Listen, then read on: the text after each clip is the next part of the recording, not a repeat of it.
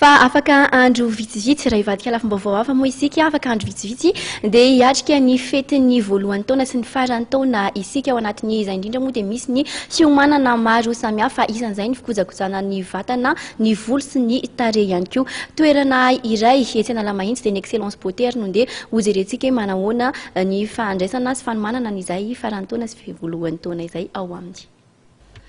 Ny fetin'ny faran'ny taona ny fety mahatonga ireo andriambavilanitra rehetra mikarakara fatratra ny endrika amam-bikany. Mandritra io fety io mantsy no amalonana ny taondasa ary hitsenana ny taom-baovao ka amin'ny endrika vaovao indrindra no andraisana izany. Isan'ireo manome tolotra ny amin'izany fanaovana endrika sy fanatsarana izany indrindra ireo toerana fikarakarana ny taovolo sy ny endrika. Isan'izany ohatra ny Exellence beauté etsy Analamahitsy. Ny fetin'ny faran'ny taona izao dia tsara kokoa ny vehivavy mikarakara ny maquillage, ny tanana indrindrandrindra dia ny akanjo koa tsy adino. Izany hoe fahaizana izany fanaraka amin'ny accessoire anaovanao, ny paozin'ny volonao sy ny zavatra eny aminao. Satria na tsara ilay akanjonao nefa ny coiffuranao izany tsy vita na tsisy maquillage dia tsy dia mivoaka izany ny endrikao amin'izany.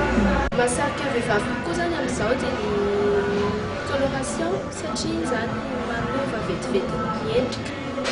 Ny coloration tena bebity izany amin'izao sy lamaody ihany koa ny couleur somary mazava.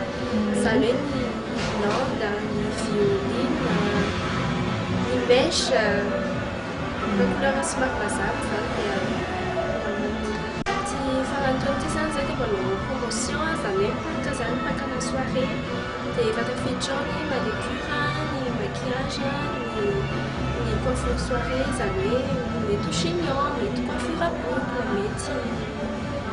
mety arakaraka izany izay commandiny olona dia mampaka izany.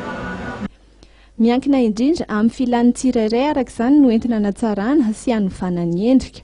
Anisan'ny sosikevitra izay omen'ireo mpikarakara ny taovolo ihany koa moa ny tokony hikojakojana ny tarehy mandritra ny fety satria somary vakivaky ny tarehy ary ahitana ireo karazana loto mijanona rehefa avy manao fety na misakafo matavy.